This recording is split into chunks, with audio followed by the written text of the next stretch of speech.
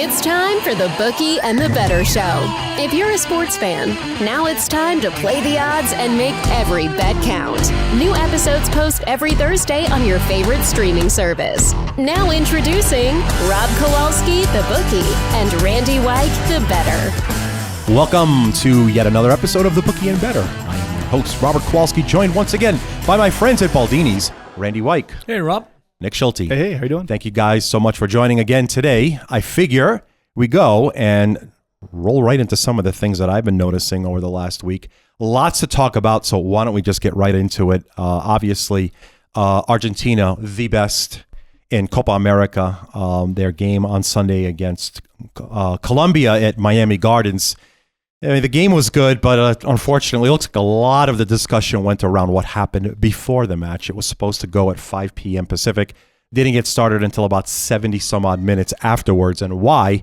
Well, we had quite a crowd that appeared. Obviously, if you haven't seen, there was a massive, massive flood of fans that bum rushed into the stadium, past the turnstiles, and then things got really out of hand. I saw a Shih Tzu running across at some point. I don't know how that happened.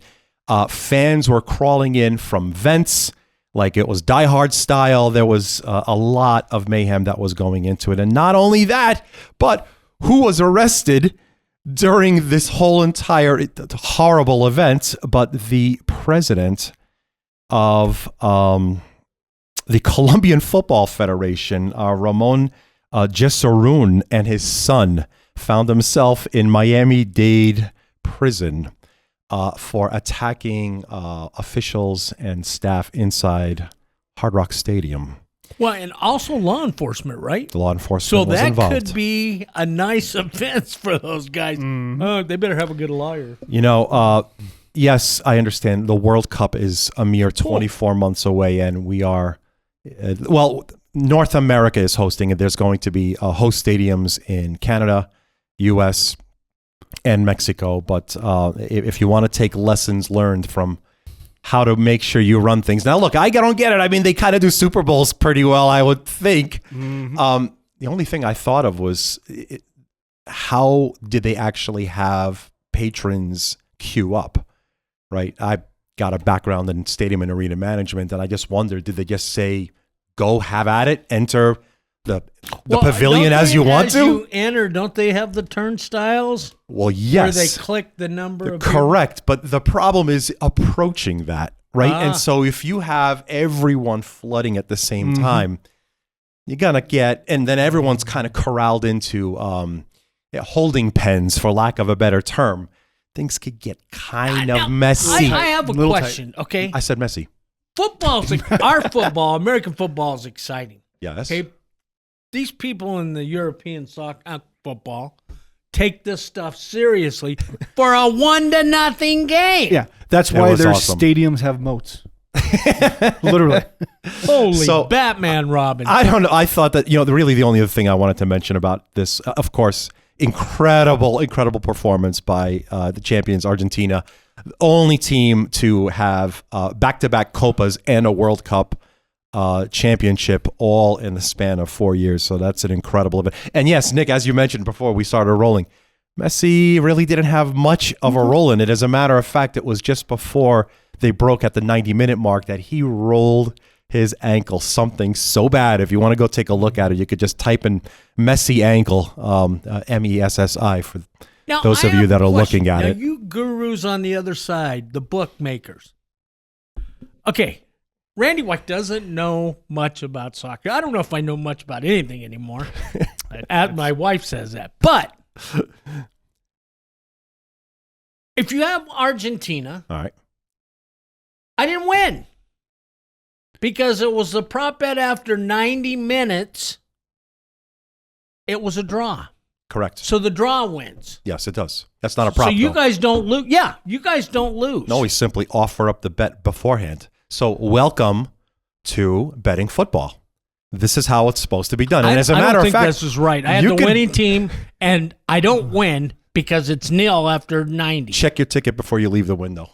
Because you're the one that still has tickets in your pockets. So he brings up a good point. So there's just there's kind of two bets. There's, Yes.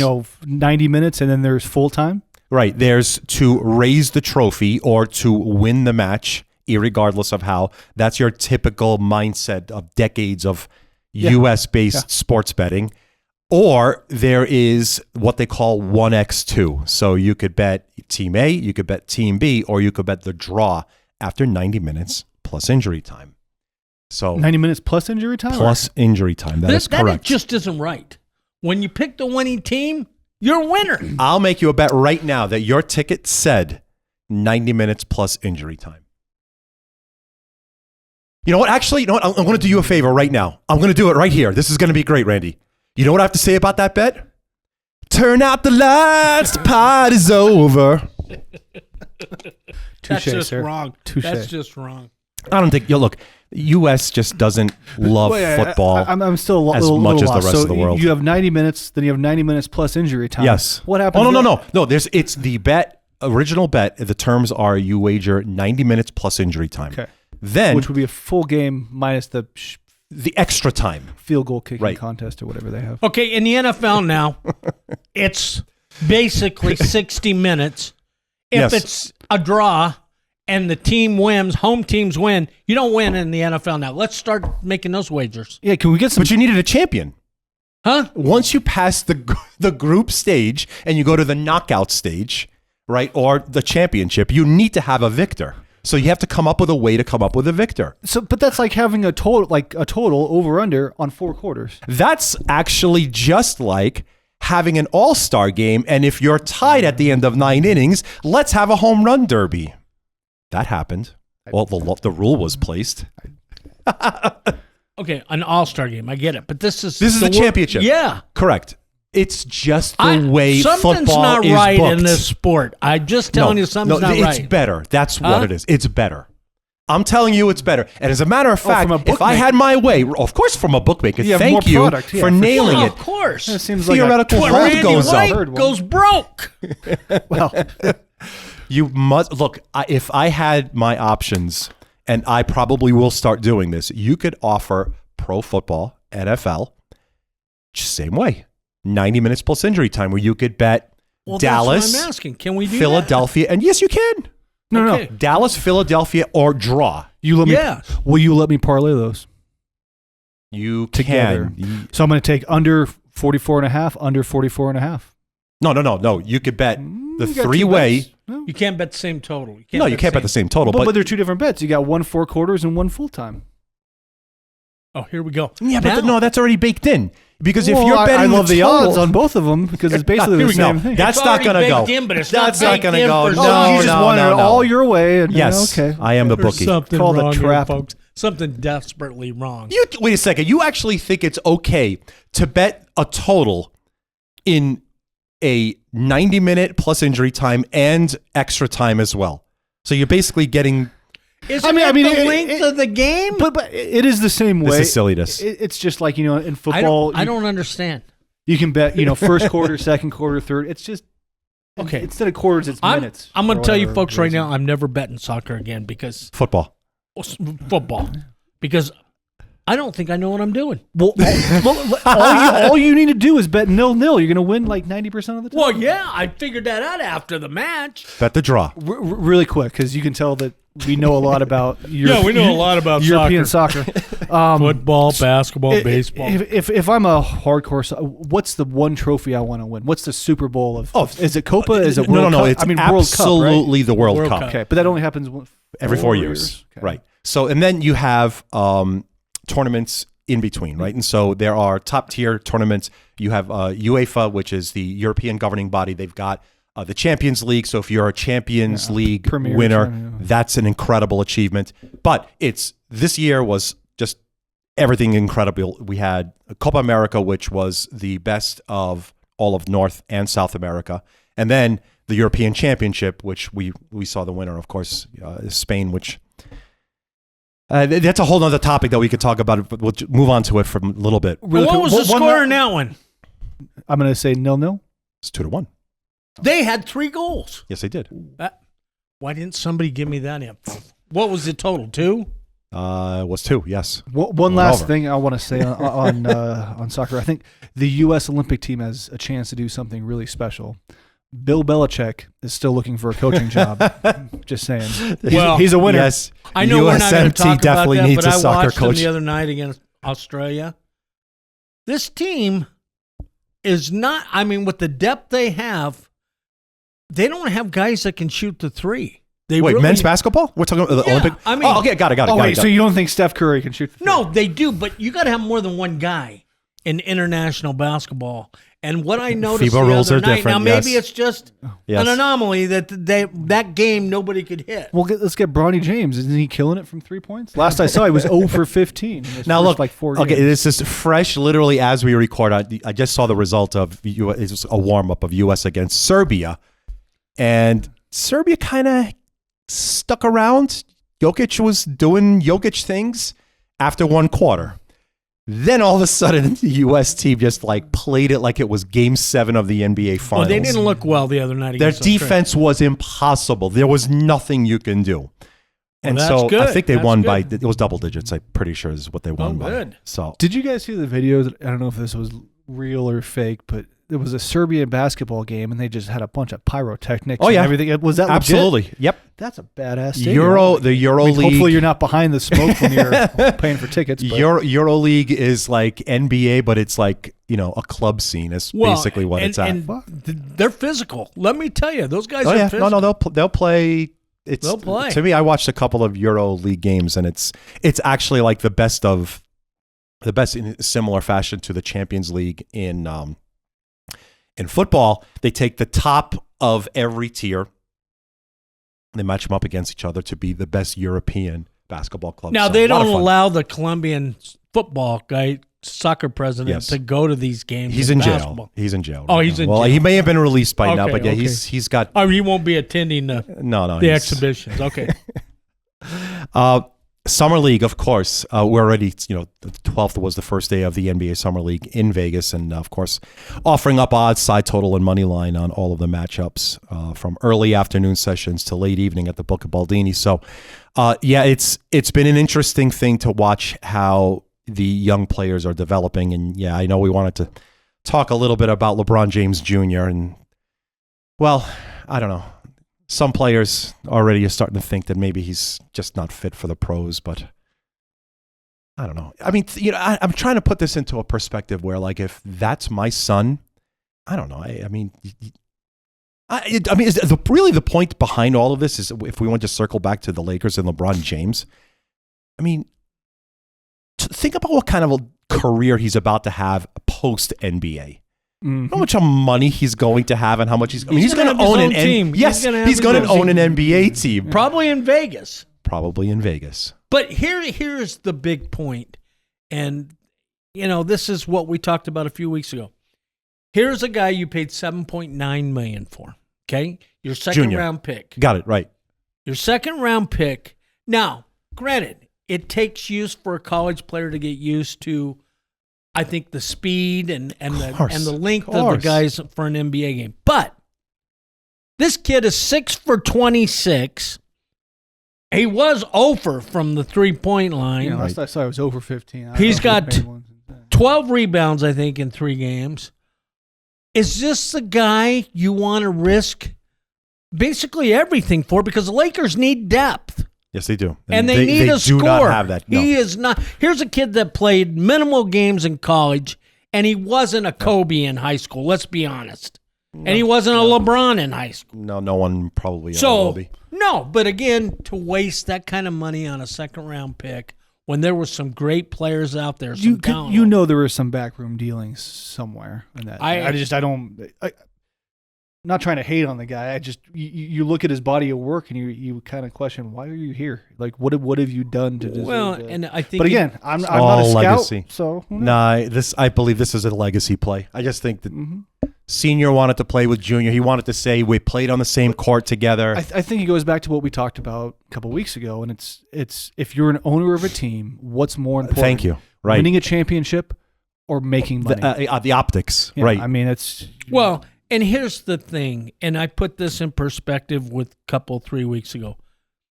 You bring this kid on who really doesn't have the maybe he will, but you are going to pay the NCAA's best college basketball coach the 6th highest coach's salary, and yet we're allowing this to happen. The Lakers don't want to win. Well, but here's the thing. It's like you said, you're paying $7 million. I guarantee you they've already overcome that in jersey sales.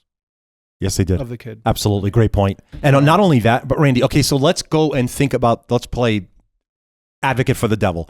Let's say they don't take Junior in the second round and they take player X. They're still not winning an NBA championship.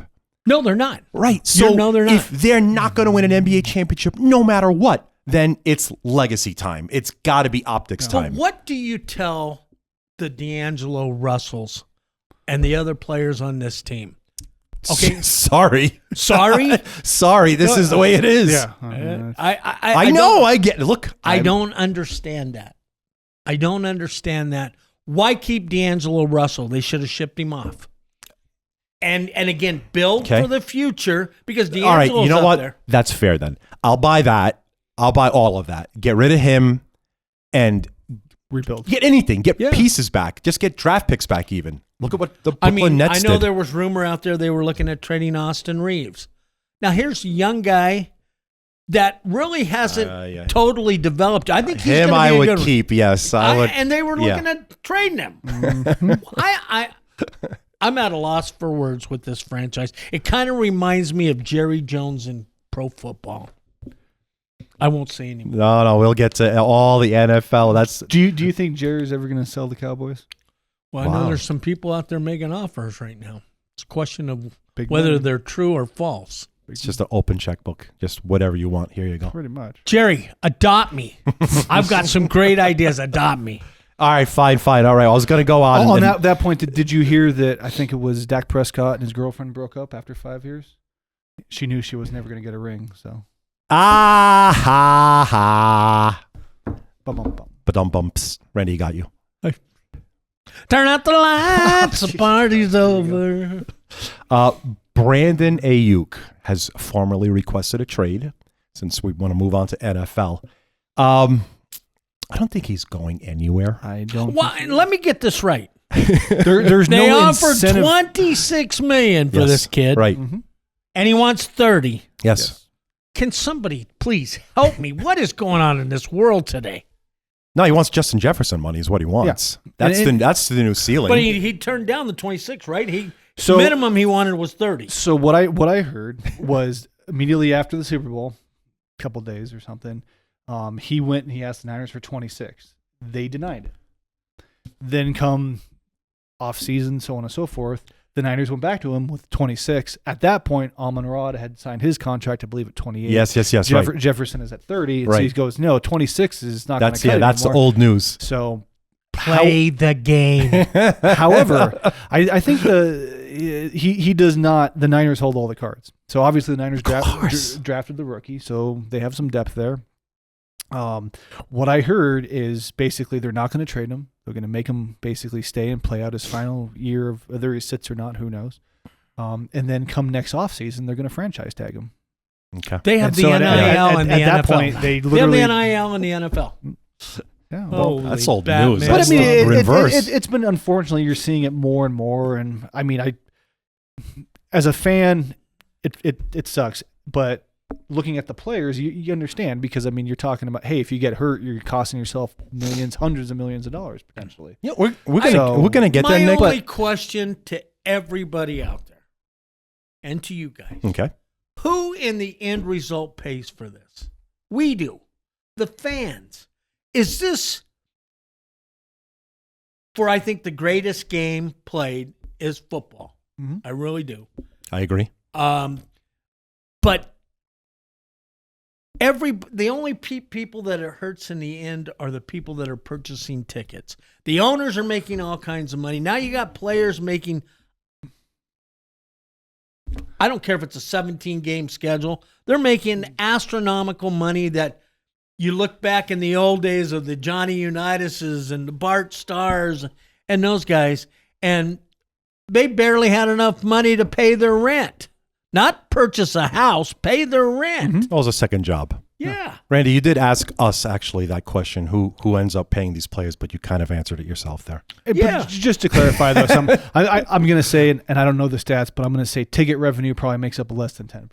Ticket revenue makes up less than 10%. I would say maybe even less. Yeah. If you look at just all of the stadium It's all television concessions. What about beer? Yeah, no, I mean, okay, concessions. Tickets and beer. I would say all that combined, probably jersey sales too, makes up maybe 10%. Name, the other image, 90%. and likeness. It's in the NFL now. Oh, my gosh. I think that. So you had Le'Veon Bell do this, and look Yeah. what happened to his career. I mean, he was great with the Steelers and went to the Jets, and Right. now who knows? I want to say there's a few other guys that have of do course. this sit-out thing. I have yet to see it pan out for them. So It doesn't. Nate Burleson, congratulations. You're worth $18 million. You did the right move. It's probably doing better now on TV He than doesn't on. have to worry about injuries either. Nick, we're going to get to obviously over the course of the next few weeks into the summer, but San Francisco even making the NFC Championship game? oh, no doubt. Wrong person to ask, I think. Well, remember, Christian McCaffrey got married. That's going to ruin his career right there. He's going to have 2,000 yards rushing. Rushing! Forget about combined. Because he got married? Happy wife, happy life. Excuse me, it's happy spouse, happy house. It's all about equality these days. So. All right, so here's another thing that I looked at that I thought was really interesting, talking about the NFL and revenue, is a comment that Joe Burrow made that I thought was interesting, coming from him, Burrow from for commissioner. the position that he plays. Now, keep in mind that the collective bargaining agreement in the NFL is active and it won't expire until after the 2030 season. However, Joe Burrow wants an 18-game regular season. So how does he play this thing out? He wants to see 2 bye weeks, where in week 13, every NFL team gets a bye. That's the week that you have Pro Bowl festivities. It's kind of like a break for everyone. Just you like go and have an like exhibition. Major League Baseball. Yes. And Nick, you nailed it in pre-show. They would end the regular season with a Super Bowl played the day before President's Day. Randy, like you said, there's your automatic built-in national holiday post-Super Bowl. Yeah, everybody gets a 3-day weekend Super Bowl. I love it. I think it's a great. But here's the thing that and again, you look at Major League Baseball this year. You go to an 18-game schedule in the NFL, guys are bigger, stronger, faster. Yes. The elasticity doesn't last. That's why you see so many hamstring Yes. pulls and torn ACLs, MCLs, Achilles. I don't think I honestly believe this. Eliminating exhibition games, doing whatever, because they don't Right. play in them anyway. Correct? You get an 18-game schedule, you're going to have a lot more injuries. I really believe that. So you're pro or con 18 weeks? I'm con. I don't like it. Nick? I'm pro. I'm gonna get another week of football. I'm all in. And then I do like moving the Pro Bowl kind of to In season, right. season. I think it gives a little more pop to it, especially on a week that That's it's going not to a force bad- everybody to watch it, because now it's like. Well, I don't know. You guys That- even watch the? I can't The even Pro tell you. Bowl game right now is not even a game. I don't know what you call it. It's a weekend. Drills. Yeah. Yeah. Something. All right, so okay, Nick, let me play advocate here. Obviously, so the quote came from Joe Burrow, a quarterback. Let's say I'm his offensive tackle, right? And every single snap, I get my brains beaten and literally, and then just get my bones crushed. And now you're asking me to play one more week. Money, I don't know if is even going to make a difference Yeah, anymore. because it's going to be more money now. Oh, for a 100%. player. It's going to be more money, but what's the split going to look like? That's obviously that's all for Down the the road. closed conference room doors, Lloyd's of London insurance premiums Insurance. go up. right? I know you. You're saying no. You're saying yes. I wanted to just throw it out there and see how you guys thought about this as we look. When are they doing this at the NFL meetings to? Well, they have to. At We'll this make point, this look, decision? 2030 is going to come here before you know it, and so they'll be obviously talking about this as they. I mean, they just went to a 17-week schedule just a few years back. Yeah. Right, and so that's how we got to this new And CBA. you look at, and here's a perfect example. You look at the Major League Baseball this year with the change of the pitching clock. Yeah. More arm injuries than they've ever had before so far for half of the season. I really believe you're going to see the same thing in the NFL. You had another game. Heat. You know, you got the heat at the early part of the Yeah, season, sure, then you get sure. the cold later in the season. So the season's going to, according to the statement, would be another week later into the winter, right? No one said this was going to be easy, Randy. But That's it why they is get on the paid agenda $30 for the million NFL. a year. Thank you. The NFL Coaches Association. And now the NFL Players Association is automatically thinking money. Of course. But I'm curious how many people think no because of the injuries. A lot lately. A lot of NFL pros have stepped away from their careers when it looked like they were in their peak. That just simply said, yeah, this is good enough for me. I did well. I've got to have a nice pension. It's time to go and enjoy life and find something else in post-career. I mean, I can't believe the guys that are 350 pounds. Yeah. Even on the defensive side. Yes. And the physical beating that these guys take. Of course. And as a guy that played linebacker back in high school, a little linebacker, getting double teamed and triple teamed from these guys that are over Fun-sized 300. linebacker. Yeah. I don't do it. I did read a stat, and this is a couple years ago, but they said the average NFL lineman, either offense or defense, every game is equivalent of being in a fairly significant car accident. Is what you're That's doing to your insane. body. But so So- true. That's Well, so that's true. why you make millions of dollars. I mean, it's Insurance. Let's move. While we're still talking about football, I wanted to end today's show with a discussion of a little proposition that I have. Now, obviously, the SEC is having their press release junket days, and we are now post Nick Saban, and all that's coming to fruition. And we're realizing that, yes, Oklahoma and Texas are now SEC bound. Currently, I've got at the book at Baldini's Georgia and Ohio State as pretty much co-favorites, plus 275, 3-1, followed by Oregon at 8-1, Texas at 9, Alabama at 11, and then another drop. we're doing the new playoff thing this year too, right? And we're doing the new So it's playoff thing. 18? It is 12. 12 teams.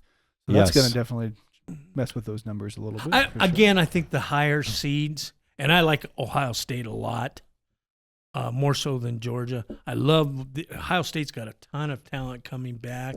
I mean, obviously they lose the big guy wide receiver, but Harrison's kid, but they got a lot of talent coming back. That SEC is loaded, and again, the thing I hate, the transfer portal. A lot of these teams got rich in the SEC again. Yes, they did. So it'll be interesting to see if Georgia can handle that. But I do like Ohio State this Can I get a win total from you for Nevada? year. In fact, it's funny because the coaching staff asked me this from a couple of other colleges and that I know. And I'm going to make a prediction right now. Nevada will upset somebody this year. It will be an upset. Now, whether it's part of their 2.5 wins that are projected, Colorado? I'm telling you, they will upset. They're going to either upset Fresno or they will upset UNLV, and you're hearing it here first today. Wait, an upset to UNLV. So let that sink in, right? Okay, for fine. all of you here in Northern Nevada. I will also ask you this. In my head, how many games do you think Nevada will be favorites in this year? None. I don't think any. I'm going to go 1. I don't Both even of think you Georgia's- are very. I don't think it's going to be one. I don't think it's going to be Georgia one. Southern was the only one I thought we could possibly have, and we're not a No. favorite in that No. from what I've seen.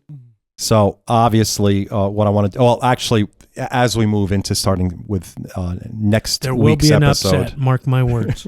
starting with next week's episode, I wanted to take a deeper dive into the SEC and get your guys' feelings on who you actually think will win. Basically, NFL light with the way that conference has played itself into the position that they're in. But I wanted to end the episode with a proposition here, college football related, and let me know what you guys go on this.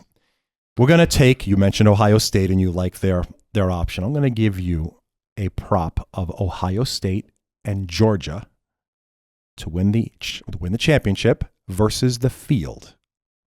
So, bucket A, Ohio State and Georgia. And or Ohio State. And or either way, Georgia. correct. And bucket B, the field. It's pick'em.